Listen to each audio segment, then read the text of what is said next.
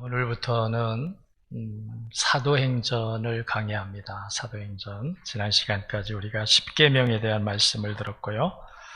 오늘부터는 사도행전에 대한 말씀을 듣도록 하겠습니다. 오늘은 첫 시간으로 사도행전은 어떤 책인가, 하나님이 사도행전을 통해 주시는 그 하나님의 가르침, 사도행전을 통해 우리가 배워야 할 것, 사도행전을 통해서 후대 교회에게 주시는 하나님의 뜻이 무엇인가에 대해서 오늘은 개략적인 사도행전 전체에 대해서 살펴보면서 개론의 시간을 좀 가지려고 합니다. 저는 그 강해를 하면서 첫 시간은 항상 이런 시간을 갖습니다. 새벽에도 그렇고. 왜냐하면 성격을 알아야 돼요. 사도행전의 성격, 그 다음에 사도행전의 목적, 사도행전을 통해 주시는 하나님께서 주시는 그 뜻이 무엇인가. 특히 사도행전은 교회를 말하고 있습니다. 그래서 오늘 우리가 교회가 되어서 살아가고, 또 교회는 복음을 위해서 있기 때문에, 복음의 전달자로 있기 때문에 그런 면에서 사도행전이 우리에게, 현대 교회에게, 또 교회의 어떤 그 본질을 잃어버리고 살던 우리들, 교회의 사명에 좀 나태하며 살았던 우리가 사도행전을 통해서 교회론을 다시 한번 세우는 그런 그 은혜의 시간이 될 줄로 압니다. 그래서 오늘은 사도행전 개론에 대해서 잠깐 말씀을 나누려고 합니다. 자, 사도행전이라고 하는 이름이 붙여지게 된 것은 이 사도행전이 처음 발견될 때 헬라어 사본에 프락세이스라고 하는 그런 그 표제 제목으로 붙어 있었어요. 프락세이스 또는 프락세이스 아포스톨론이라고 이렇게 붙여져 있었는데, 이것은 무슨 뜻이냐면, 프락세이스라고 하는 것은 행적이라고 하는 거예요. 행적. 그 다음에 프락세이스 아포스톨론이라고 하는 것은 사도들의 행적이라고 하는 그런 표제가 붙어 있었어요. 그래서 그것을 헬라어로든 이것을 히브리 유대 사람들이 이제 이름을 사도행전으로 그렇게 바뀌어서 후대 사람들에게 전하게 되었습니다. 자, 이것은 우리가 이제 이 사도행전이라고 하는 말은 뭐냐면, 사도들이 복음을 전한 이야기, 그거예요. 풀어서 우리가 사도행전을 풀어본다면, 사도들이 복음을 전한 이야기, 사도들이 어떻게 복음을 전했느냐 하는 것에 대한 그 복음 전파의 이야기, 이것이 사도행전입니다. 그러니까 사도행전은 성령을 받고 교회가 되고, 교회의 본질과 사명을 따라서 이들이 밖에 나가서 복음을 전하는데, 어떻게 복음을 전했고, 복음의 역사가 어떻게 열매 맺어갔고 하는 것에 대한 말씀이 사도행전이라고 할 수가 있습니다. 그 다음에 두 번째로 저자가 누구냐? 저자는 누가입니다. 누가. 한번 따라하겠습니다. 누가. 우리 누가는 누가복음의 저자죠. 근데 사도행전도 누가가 기록을 했어요. 그것을 우리가 어떻게 알 수 있느냐면, 데오빌로라고 하는 한 사람을 향해서 누가복음에서도 누가가 데오빌로를 향하여, 오늘 본문 1, 2절에도 데오빌로여 내가 먼저 쓴 글에는 무릇 예수께서 행하시며 가르치시기를 시작하신부터 그가 택하신 사도들에게 성령으로 명하시고 승천하신 날까지의 일을 기록하였노라 라고 하는 것을 보니까, 똑같이 사도행전도 데오빌로라고 하는 이에게 보내진 거예요. 그러니까 데오빌로의 신앙의 증진을 위해서, 조금 더 우리가 자세하게 말한다면, 누가복음, 자, 사도행전에서는 뭐라고 그랬어요? 1절을 한번, 그 초반을 한번 볼까요? 1절, 첫 줄, 둘째 줄만 한번 읽어보겠습니다. 데오빌로여 내가 먼저 쓴 글에는 무릇 예수께서 행하시며 가르치시기를 시작하신부터, 이렇게 했어요. 먼저 쓴 글에는 거기 나오죠? 먼저 쓴 글이 뭐냐면 누가복음이에요. 그러니까 누가복음은 사도행전을 위한 누가복음이에요. 복음은 예수님의 복음 전파에, 예수님의 생애와 복음 전파에 대한 것을 기록하고 있는 것이 복음입니다. 복음서입니다. 그런데 누가는 의사예요. 의사인데도 불구하고 성령의 역사를 굉장히 아주 원했고, 그 성령의 역사의 활발한 복음의 전파의 역사를 누구보다 기뻐하면서 그 성령을 통한 복음 전파의 역사를 아주 낱낱이 사도들이 나가 전한 복음의 그 전파 이야기를 낱낱이 다 수집을 해가지고 그것을 기록한 것이 사도행전이다. 그런 면에서 보면요, 역시 성령은 그 의사는 어떤 사람이에요? 의사는 굉장히 수학적이고 논리적이에요. 이성적입니다.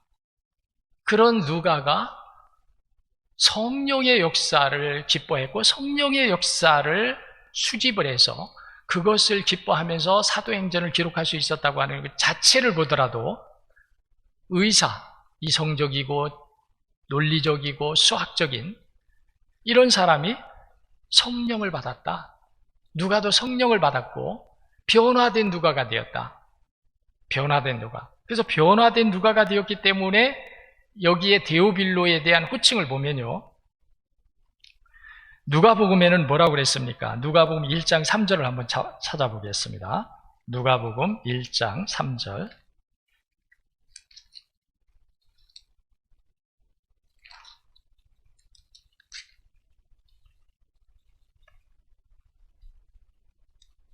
자, 누가복음 1장 3절입니다. 자, 한번 읽어보겠습니다. 시작. 그 모든 일을 근원부터 자세히 미루어 살핀 나도 데오빌로 각하에게 차례대로 써보내는 것이 좋은 줄 알았노니. 거기에 보면은 데오빌로 각하라고 말합니다. 데오빌로 각하예요. 그러니까 이 데오빌로는 이방인으로서 예수 그리스도의 복음 안에 들어와 있기는 한데 아직은 미천한 사람이에요.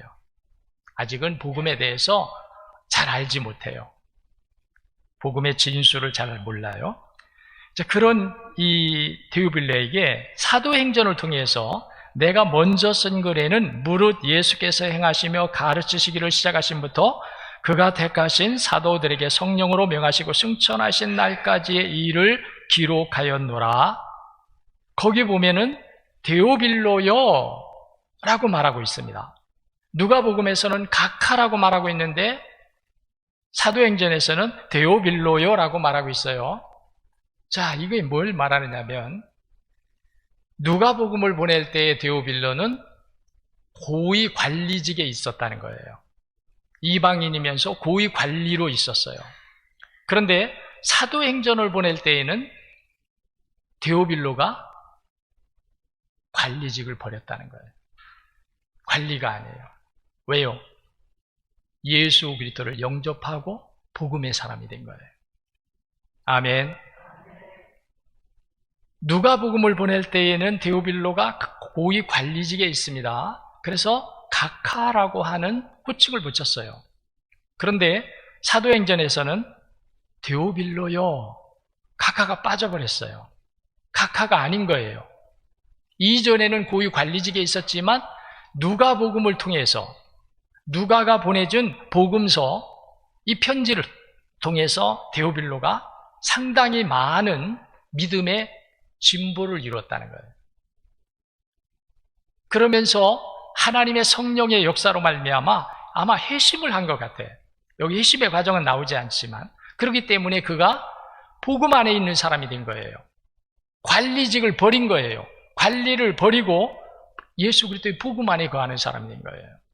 그래서 이제는 성령의 역사가 기록된, 성령이 사도들에게 임하고 사도들이 성령을 받아서 예수 그리스도의 복음을 전한 그 생생한 이야기를 지금 다시 데오빌로에게 보내주고 있는 거예요.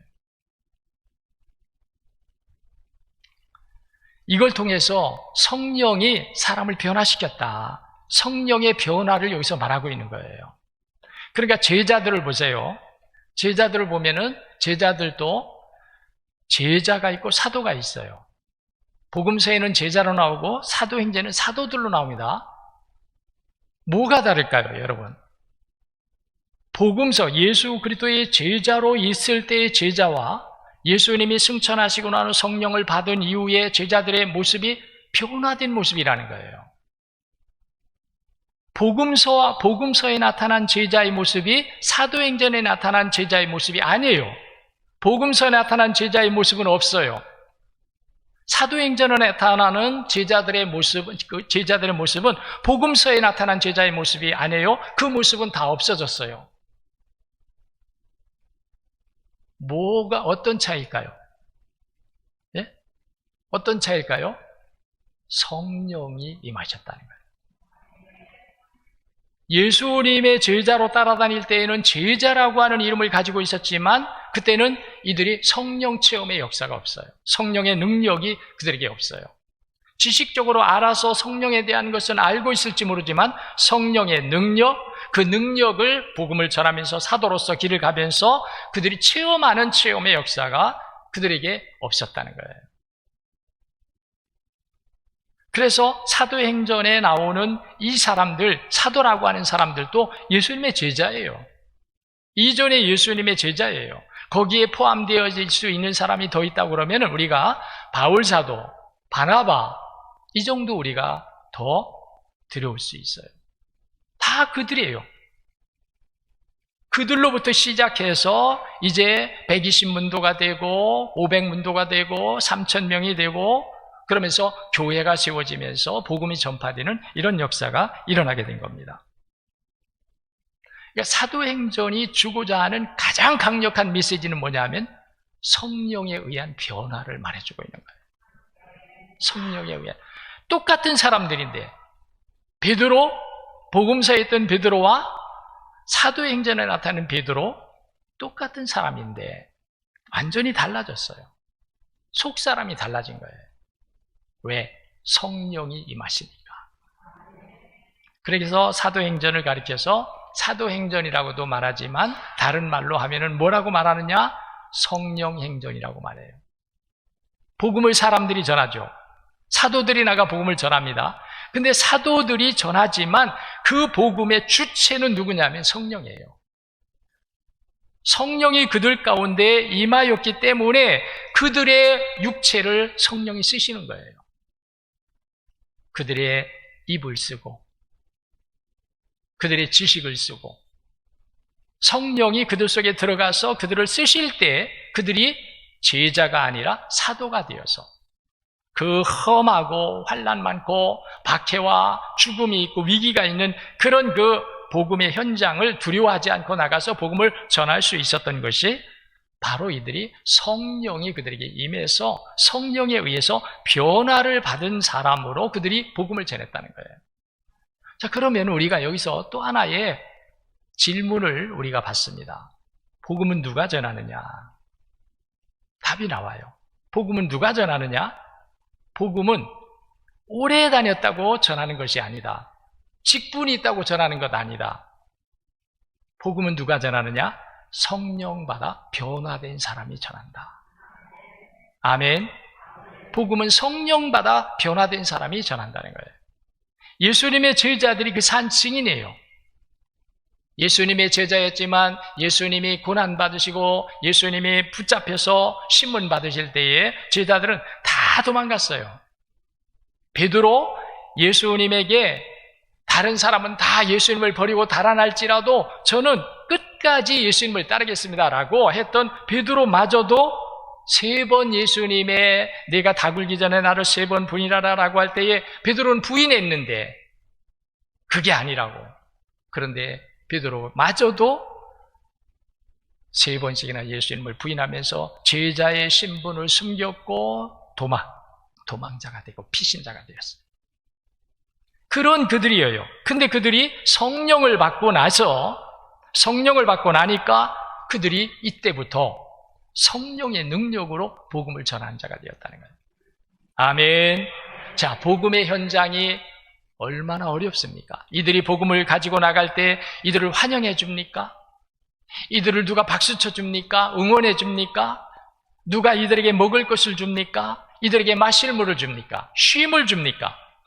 오히려 이들에게 복음의 현장은 죽음의 현장, 위기의 현장, 박해와 핍박의 현장이에요. 그런 현장, 그 복음의 현장인데도 이전에 그들이 성령 받기 전에는 예수님을 부인하고 도망자가 되고 피신자가 되었던 그들이 이제는 성령을 받으니까 그 죽음의 현장, 사자굴 속에 들어가야 되는, 풀무불 속에 들어가야 되는 이런 죽음의 현장인데도 불구하고 이들이 두려워하지 아니하고 복음을 가지고 나가서 전할 수 있었던 것, 분명히 우리는 이들이 변화된 존재가 되었다. 근데 그 변화의 동력은 뭐냐면 성령이라는 거예요. 아멘. 자, 우리는 늘 기도할 때마다 성령을 구해야 하고 성령의 충만한 힘을 얻어서 살기를 기도해야 된다는 거예요. 성령의 능력이 아니면 우리가 육체로는 할 수 없어요. 아까도 말했어요. 오래 다녔다고 복음 전하지 못합니다. 직분 있다고 전하는 게 아니에요. 누가 전하느냐 하면 성령 받은 사람, 성령 받아 변화된 사람. 그래서 성령 행전이라고 말해요. 또 다른 말로 사도행전을. 성령이 복음을 전하셨다는 거예요. 사람을 통해서, 사도들을 통해서 믿으시기를 축원합니다. 그러면 오늘 우리도, 그래서 많은 사람들이 목사님들도 그렇고 신학자들도 그렇고 많은 사람들이 오늘 현대 교회는 어떤 교회냐? 오늘 지상의 모든 교회들은 사도행전 29장을 써가는 사람들이다. 그렇게 말을 해요. 사도행전은 28장으로 마감되었습니다. 근데 사도행전은 역사적인 것만 기록하고 있는 게 아니에요. 아까도 말했지만 현대 교회의 본질과 사명을 일깨워주는 역할을 사도행전이 하고 있어요. 그러면 교회가 초대교회만 교회로 있다가 없어진 것이 아닙니다. 초대교회를 시작으로 지상의 수많은 복음을 전하며 하나님의 구원의 역사를 이루어야 할 교회가 얼마나 많이 세워져 있어요? 이 교회들의 동력, 복음을 전하는 동력이 뭐냐? 성령이심을 우리에게 말씀하고 있는 거예요. 복음을 전하는 사람은 성령 받은 사람이에요. 성령이 아니면 우리가 예수를 나의 구주라고 십자가에서 피 흘려 죽으신 그분이 우리의 죄를 다 사하시고 우리를 구원하신 우리의 구세주라고 말할 수 있는 사람은 없어요. 지식으로 되는 것이 아니라는 거예요. 지식으로 하는 사람은 자기만 가지고 있지 절대로 남에게 예수님이 나의 구주입니다, 예수님이 우리의 구원의 주입니다 말 못합니다.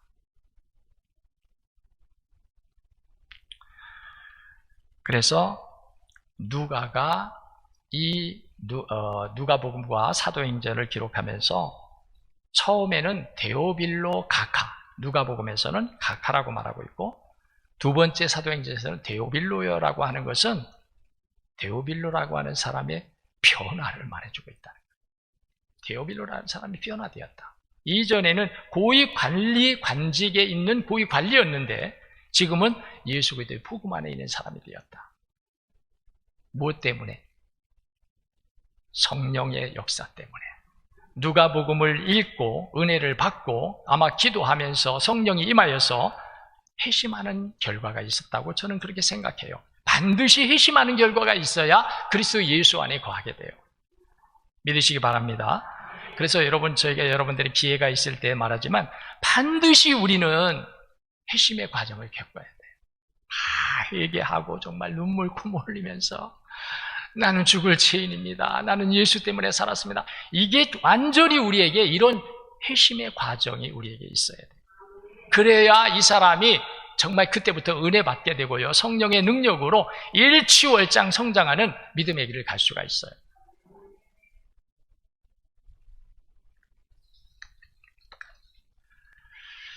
그 다음에 사도행전은 약 한 주 62년경, 이때가 가장 사도들이 성령을 받아가지고 복음을 전하면서 활발하게 복음을 전할 때예요. 이들이 가장 많은 교회가 여기저기에 세워지면서 복음이 가장 왕성하게 전파되고 하던 때가 이때인데 사도행전도 이 주후 62년경에 기록되었다, 그렇게 말씀하고 있습니다. 자, 그 다음에 사도행전의 특징입니다. 사도행전의 특징은 뭐냐면 사도행전은 복음서와 서신서를 이어주는 것이다. 자, 이게 이제 무슨 말이냐면, 복음서는 예수님의 역사, 예수님의 생애, 예수님의 복음의 전파의 역사를, 예수님의 역사를 기록한 것이에요. 복음서는 예수님이 죽으심으로, 그리고 죽으셨다가 부활하시고 승천하심으로 복음서는 끝이 나는 거죠.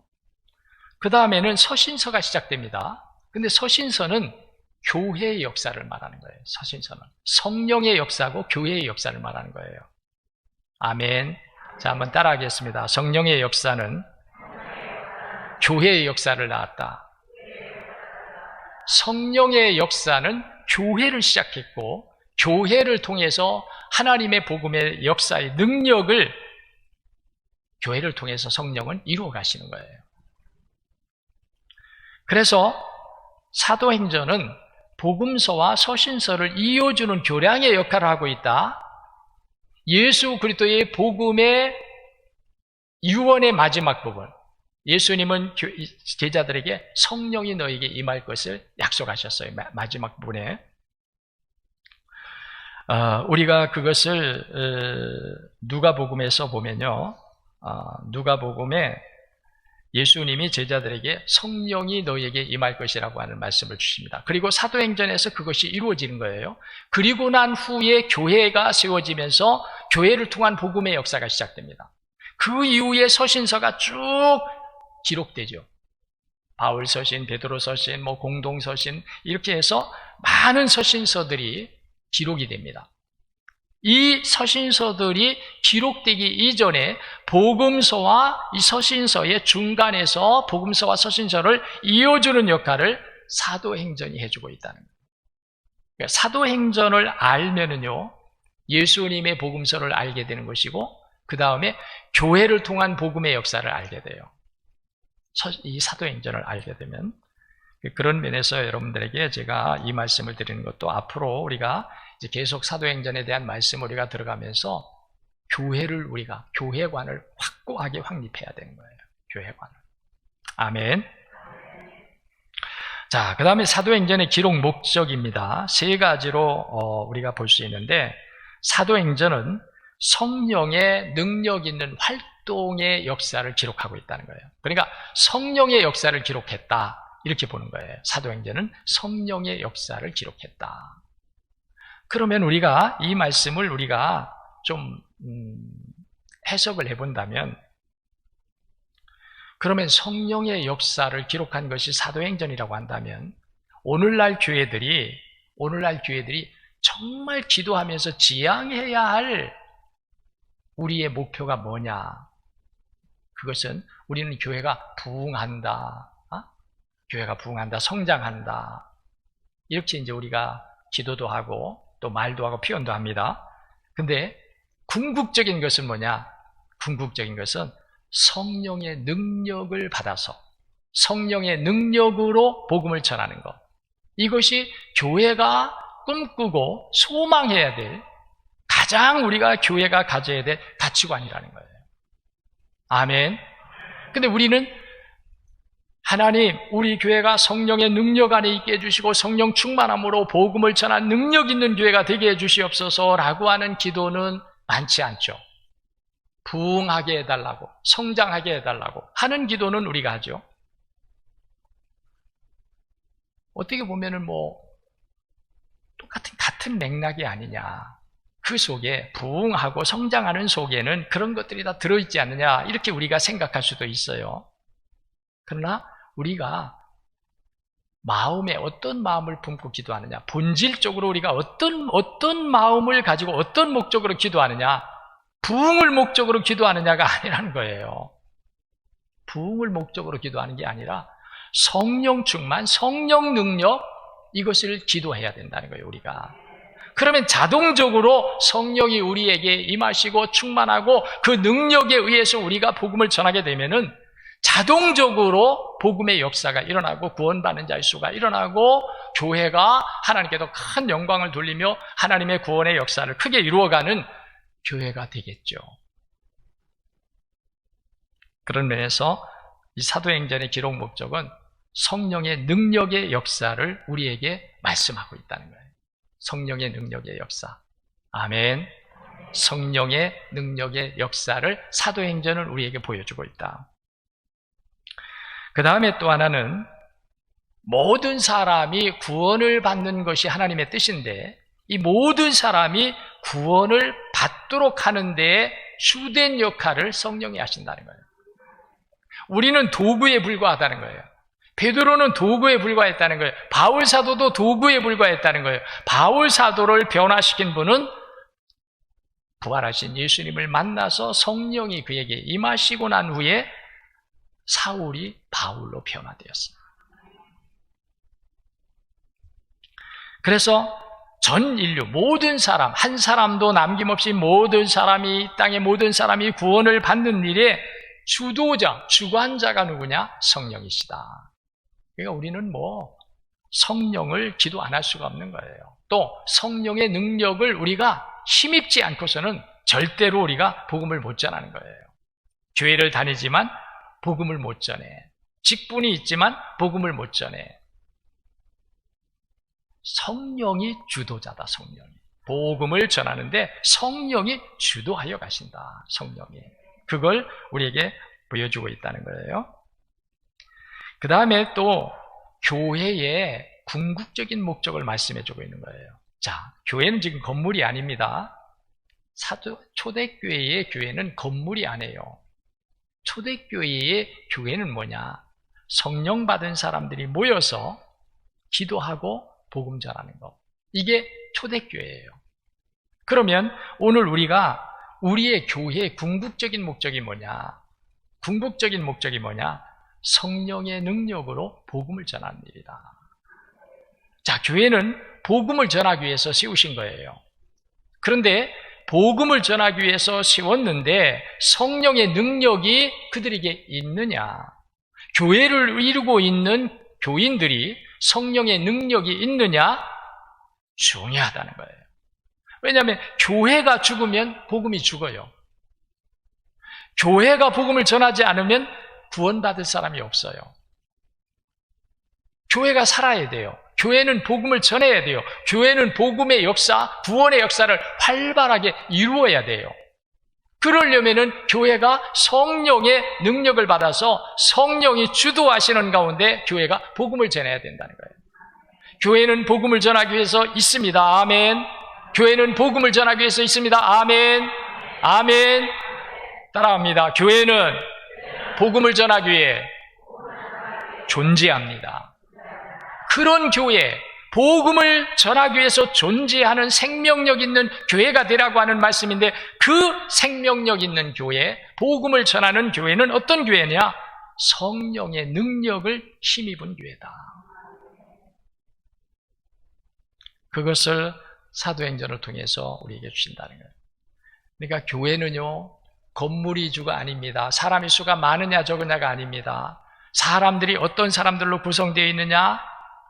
육의 사람이냐 영의 사람이냐, 겉사람이냐 속사람이냐, 땅을 목적으로 사는 사람들이냐 하나님 나라를 목적으로 사는 사람들이냐, 이것이 성령으로 갈라진다는 거예요. 성령을 받으면 속사람의 삶을 살고, 성령을 받으면 신령한 삶을 살고, 성령을 받으면 하나님의 나라를 위하는 삶을 산다는 거예요. 아멘. 성령, 사도행전 1장 8절에서 성령이 너에게 임하시면 너희가 권능을 받고 예루살렘과 온 유대와 사마리아와 땅끝까지 이르러 내 증인이 되리라. 예수님도 성령에 대해서 말씀하시면서 성령이 임하셔야 너희가 복음을 전하는, 핍박과 박해 가운데에서 위기와 환난 가운데에서도 복음을 전하는 능력 있는 복음의 전파자가 될 수 있다. 교회가 될 수 있다 하는 거예요. 복음을 전하는 교회가 될 수 있다. 무엇 때문에? 성령이 임하시며. 아멘. 자, 우리는 이제 우리가 기도할 때 지금까지는 겉모습의 기도를 했습니다. 하나님, 우리 교회가 부흥하게 해주시옵소서. 이건 어떻게 보면은 교회의 외적인 것들, 외적인 교회의 모습을 꿈꾸면서 우리가 기도했다고 생각해요. 이제는 우리가 기도할 때 교회의 부흥을 위해서 기도하는 그 외적인 기도보다 내적으로 우리가 성령 받아 변화되기를, 성령 받아 성령의 사람 되기를, 그러면 돼요. 그러면 우리 교회가 성령에 충만한 교회가 되기를, 우리 성도 한 사람 한 사람이 성령에 충만한 사람이 되기를. 목회자를 위해서도 여러분들이 기도할 때 우리 목사님 설교 잘 할 수 있게 은혜롭게 설교해달라고 하는 그 기도보다 더 좋은 것은 우리 목사님에게 성령 충만하게 하여 주시옵소서. 그러면 되는 거예요. 제가 전하는 게 아니에요. 성령이 나를 얼마나 쓰시려고 할까? 성령이 나를 얼마나 쓰시고 싶어 하실까? 성령이 나를 쓰고자 하는 대로 나는 쓰여지게 되고, 성령이 나를 이렇게 쓰시고자 할 때 내가 그렇게 쓰여지게 돼요. 성령이 나를 말씀의 도구로 쓰고자 하면 말씀의 도구로 쓰실 것이고, 기도의 도구로 쓰시고자 하면 기도의 도구로 쓰실 것이고, 사랑의 도구로 쓰시고자 하면 사랑의 도구로 쓰실 것이고. 아멘. 그래서 우리는 우리 교회가 우리가 기도할 때마다 빼놓지 말고 기도해야 될 것이 뭐냐? 성령 충만이구나. 한마디로 성령의 능력을 받아 변화된 사람들이 복음을 들고 나아가 그 복음을 전한 이야기가 사도행전이다. 성령을 받아 변화가 되어서 성령의 능력으로 복음 전한 이야기, 그게 사도행전이다. 오늘 은혜가 되시기를 축원합니다. 우리는 성령 충만해야 되겠구나. 직분 받으려고 여러분들이 탐할 거 없어. 직분 못 받아도 괜찮아. 성령 받아서 주의 일을 하는 거예요. 성령 받아서 복음을 전하는 거예요. 이 다음에 하나님 앞에 갔을 때 가장 큰 상급 중 하나가 전도자의 상이라고 그래요. 순교자의 상이 제일 크대요. 순교자의 상. 그 다음에 전도자의 상이 크대요. 목사의 상이 아니에요. 목사는 오히려 화를 더 입을 수도 있어요. 선생된 자들아, 너희가 더 큰 심판을 받을 줄 모르느냐라고 하셨어요. 그래서 우리는 항상 하나님 앞에 기도할 때마다 성령 충만해야 되겠다. 우리 한 사람 한 사람이 성령 충만하다면 성령이 우리를 들어 쓰실 테니까, 성령이 우리를 내보내서 내가 나가고 싶지 않아도 성령이 내 안에 오시면 성령이 나를 밀어내시니까 사람 속에 들어가라고, 이웃에게 가라고, 가서 복음을 전하라고 성령이 우리에게 뜨거운 마음을 주실 테니까. 그래서 우리 한 사람 한 사람이 성령 충만해야 되겠다. 우리 교회가 성령 충만해야 되겠다. 이제는 여러분 속회를 위해서, 전도대를 위해서, 어떤 기관을 위해서, 교회를 위해서 기도할 때 성령 충만을 기도할 수 있어야 할 줄로 믿습니다. 성령 충만하면 된다는 거예요. 아멘, 아멘, 아멘. 성령 충만하면 됩니다. 성령 충만하면 되는 거예요. 사람의 지식으로 되는 것이 아닙니다. 연륜으로 되는 것이 아닙니다. 사람의 어떤 명예로 되는 것이 아니에요. 오직 성령이 우리 안에 들어오셔서 우리를 변화시킬 때 우리가 진정한 그리스도인이 될 것이고, 우리가 그런 은혜를 체험했을 때 우리는 확신을 가지고 나가서 주의 복음을 전하게 될 줄로 믿습니다. 사도행전 28장을 우리가 다 말씀을 만났을 때 우리는 어떤 희망을 가져야 되냐? 나는 사도행전 29장을 써가는 사람이다. 아멘, 아멘.